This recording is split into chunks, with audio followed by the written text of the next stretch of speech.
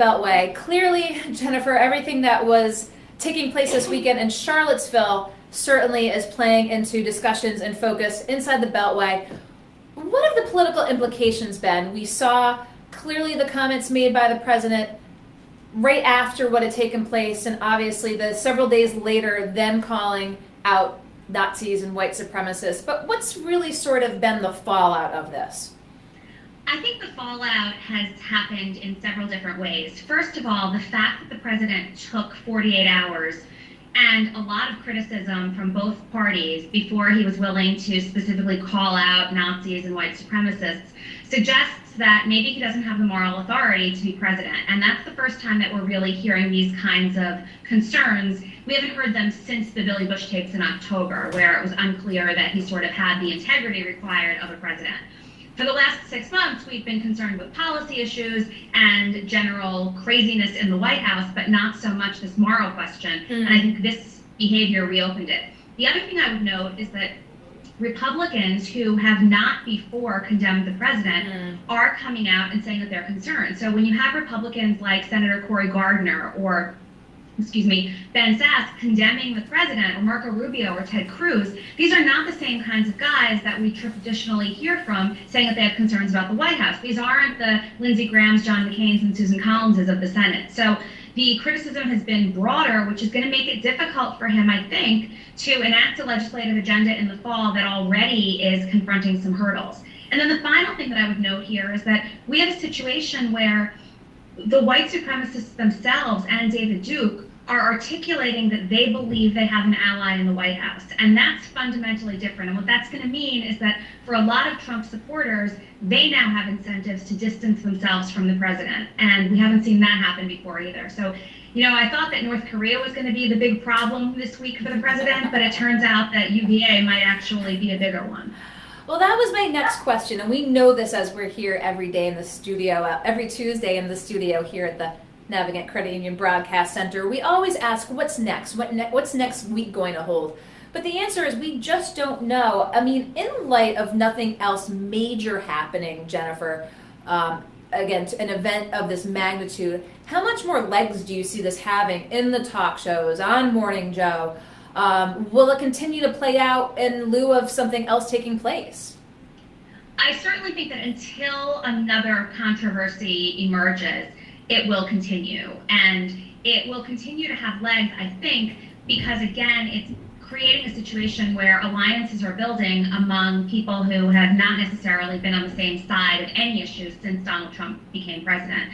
The one other thing I would note that could suck some of the oxygen out of this beyond North Korea is healthcare. We now have been told that generally premiums might rise by as much as 20% if the president and Congress don't actually back some of the subsidies that were included in Obamacare. And so for all of the good economic news regarding unemployment, that's going to probably chip away at some of the consumer satisfaction and confidence that we've been seeing. So let's go, pure politics, and before we go to the special race in Alabama for Jeff Sessions' Senate seat, what's the chatter down there of the potential for a primary opponent for Donald Trump? It's a ways away, of course, but of course there has to be chatter. I mean, there is. The problem is that it's way too soon for any viable candidate to consider throwing his or her hat into the ring, because we have no idea what the political environment will look like. And running against an incumbent president is difficult enough. Usually you don't get your top talent entering those kinds of races. Given that we're still more than 3 years away from Election Day, it's hard to know who has incentives to throw their hats into the ring. And so what the chatter seems to be is that the 2018 midterms are going to tell us a lot. And there are probably a bunch of candidates, several of whom ran in 2016 against Donald Trump, who, if the Republicans hold Congress, will likely throw their hats into the ring. If the Republicans don't hold Congress, then the entire calculus becomes far less attractive for any Republican. Yes. So let's talk a little bit, a little bit of the litmus test of the special election today, the GOP primary in Alabama. Talk with us what's going on a little bit down there. The candidate kind of endorsed by Trump and Mitch McConnell seems to be getting some pretty staunch competition. He does. He has staunch competition, in particular from a sitting member of the House of Representatives. The thing that's interesting about this race is that it's being called, the next litmus test. It's going to be a referendum on Trump. This is now, I think, the fifth or the sixth time that there have been special elections throughout the country that have been deemed litmus tests or referenda. And in all of them, Trump has won, and the Republicans have been victorious. Here it's a primary, so we know that the Republicans are going to win, but it's very possible that Trump's candidate is not going to cause a runoff. And if that's the case, the fallout is probably worse for Mitch McConnell than it is for Donald Trump, because Mitch McConnell, has to then work with a new senator against whom he explicitly campaigned and who now shares his party. We know that Donald Trump doesn't care that much about making relationships or building bridges with people. Mitch McConnell's success is in large part contingent upon that. You're an academic, you're both inside the Beltway down there and you see it happen. How problematic is that for the person who, ends up being victorious, ends up having to work alongside folks who have, actively campaigned against them? I know every situation is unique, but does it just present its own set of challenges? Well, I think it presents its own set of challenges because everything right now is so heated and contentious. 20 years ago, I think a lot of people would come to Congress, or maybe it's 30 years by now, a lot of them would come to Congress, and it didn't matter what happened in the campaign. The campaign is over, and you come there to be a senator or a member of the House, and you do your work, and there's a premium placed on getting the job done. And even if people don't always like to compromise, there was actually a clear priority to have output versus nothing. That's no longer the case, which means that wounds on the campaign battlefield can fester a lot longer. And Mitch McConnell is already in a position where obviously he can't consistently bank on 51 senators, despite the fact that he has the numbers. Having another one come who, even if ideologically he's consistent with, he's not made friends with, could pose yet one more problem for him. Any sense on the Democratic side for the seat down there? I mean, this is a seat that's historically been, I believe, held by a Republican for probably the last 30 years. Any chance for the Democrats to take him out?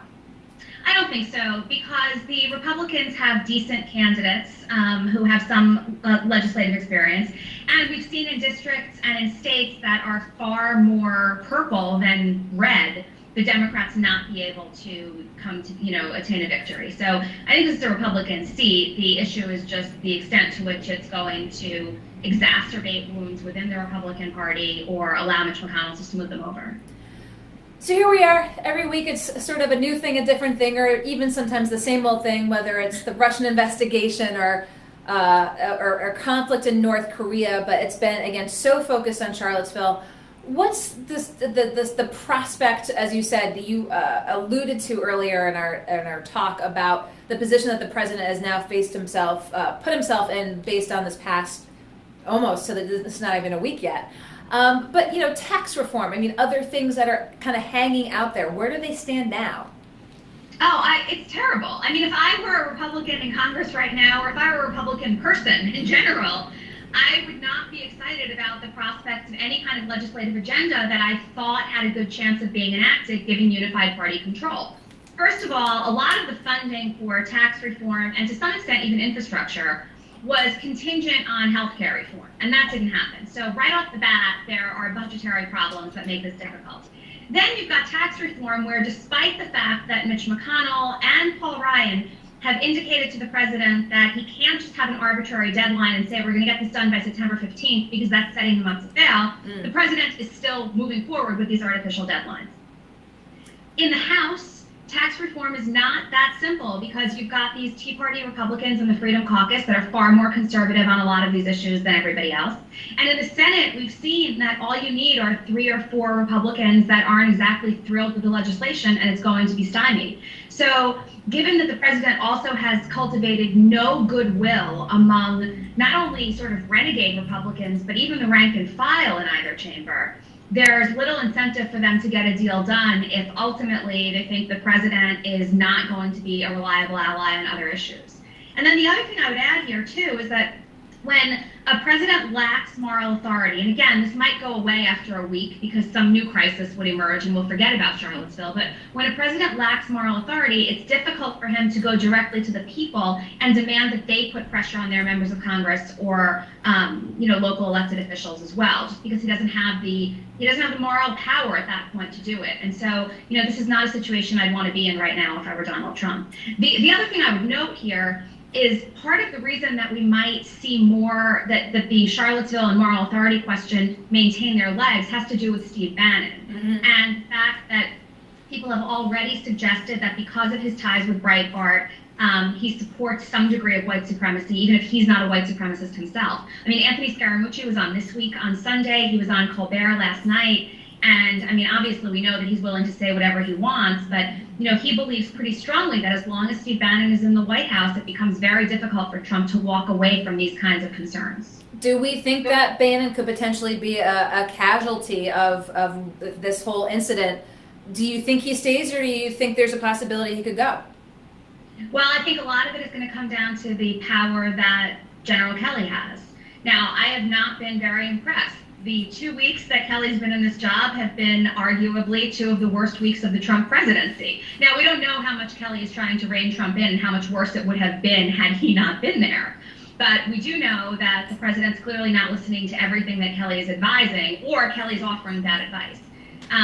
If we believe the word on the street and these rumors, then he's going to be pushing for Bannon to exit. And I think that's one way to at least try and jumpstart some new sentiment among the members of the White House and how they relate to the rest of the community. Let's finally talk a little bit about, we mentioned, sort of the idiosyncrasies and intricacies of the potential for a primary candidate depending on what happens for Donald Trump. Let's talk a little bit about the Democratic side. Obviously, chomping at the bit to obviously put forth someone for 2020. How soon do you really think that we'll see people start to emerge in that conversation and then even solidify those potential plans? Well, I think it started yesterday. Mayor Bill de Blasio in New York City has been trying to position himself as the obvious frontrunner. Is he? It's clear to me that anybody outside of New York City knows who Bill de Blasio is, but I guess he's making overtures and suggesting that Bernie Sanders is 75 years old, Elizabeth Warren is 68. These are not viable candidates. He's only 56. We also know that Andrew Cuomo has been putting out feelers with statewide appeal and a personality that's not that different, although far more appropriate than Donald Trump's. He could be viable as well.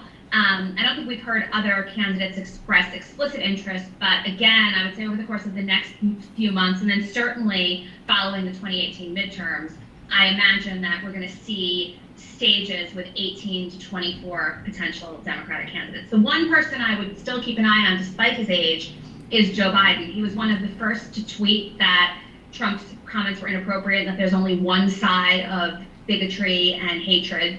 And he's been pretty vocal since he left the White House, more so than Barack Obama, regarding Trump's agenda. So, I mean, that's one person who doesn't seem to have sort of gone off into the night. Would you have predicted, looking at Joe Biden and his career and working with Obama, that he'd be in this position today as a sort of elder statesman role, if you will? I mean, would you have predicted this 10 years ago? No.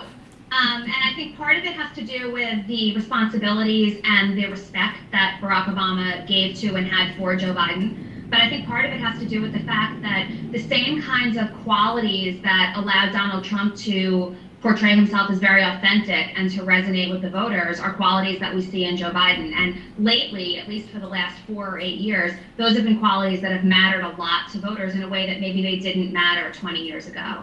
The other thing I would say about Joe Biden is a lot of arguments suggest that he could have defeated Trump. And because of personal circumstances, he didn't win. And the Democrats are always eager to try and figure out what it is that went wrong. And if they determine that it was their candidate and not broader circumstances, then Biden could potentially be a fix. And let's go back a little bit to de Blasio, potentially mentioning his name as being in the mix.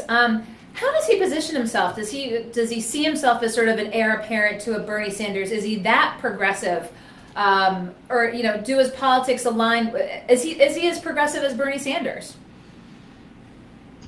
I mean, he's a Democrat, right? He's not a democratic socialist. His rhetoric isn't as revolutionary, I guess, as Bernie Sanders, but the upside to being the mayor and not a governor of a state or being in Congress is that he doesn't have the kind of voting record or the kind of national prominence that's going to make him sort of be blockaded by things he's previously said or done. In a lot of ways, he's somewhat of a blank slate. Now, from what I've read and heard, he would be positioning himself as the obvious heir apparent, and because he's a generation younger than Bernie Sanders or Elizabeth Warren, he would say that he has an aptitude to relate to and resonate with younger Americans. Again, the thing that's difficult about that is that neither Bernie Sanders nor Elizabeth Warren are going anywhere anytime soon, and even if they're not going to run for president, they're certainly going to stay in the Senate. And so if they're not on board with Bill de Blasio sort of taking on the title, then it's a little bit tricky to see how he would do.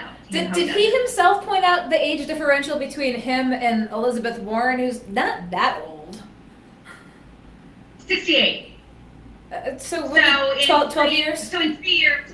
No, so I mean, she's not that old, but in 3 years, she would be older than Donald Trump and Hillary Clinton were when they ran, and they were, two of the oldest initial presidential candidates. Now we think about 8 years down the road. Now 80 is the new 40. So, it's unclear that this is, and if we look at the United States Senate, I mean, at this point, we're beyond octogenarian as the modal person.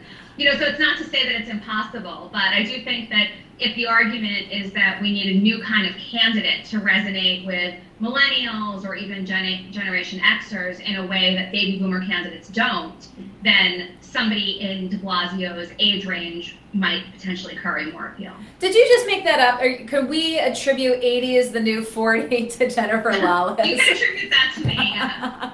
It's usually about a 10-year differential, but, double that. 80 is the new 40.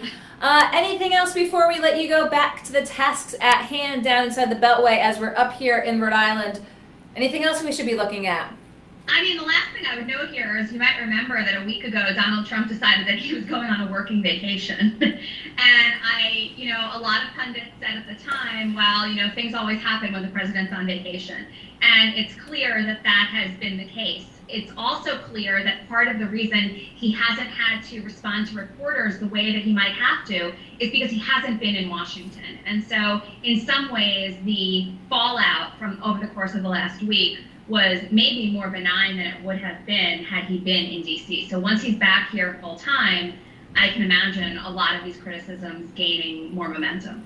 Quickly before we let you go, Jennifer, as talking again about responding to Charlottesville, let's tack to Terry McAuliffe. And as you saw, I'm sure, as the press pointed out, his response to the incident, and as various publications question the amount of law enforcement that was on hand or how they reacted initially to the initial events. What's the thought, sort of, how it was handled by Governor McAuliffe? Well, I think that the general consensus was Terry McAuliffe's statements following the violence were exactly what you need to hear from a president.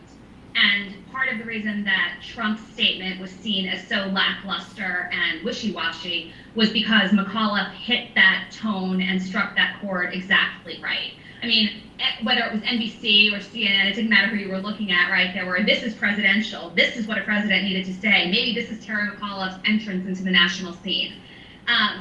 Obviously, the problem with that is that the white supremacist groups themselves are saying that Terry McAuliffe and the mayor of Charlottesville in particular are responsible for the violence because they were ill-prepared to deal with what was, just a lovely free speech kind of march with tiki torches. Now, I think most people and most law enforcement officials will come out and say, look, we did the best we could. This is unprecedented. And then certainly the final piece of violence with the car, was totally unexpected.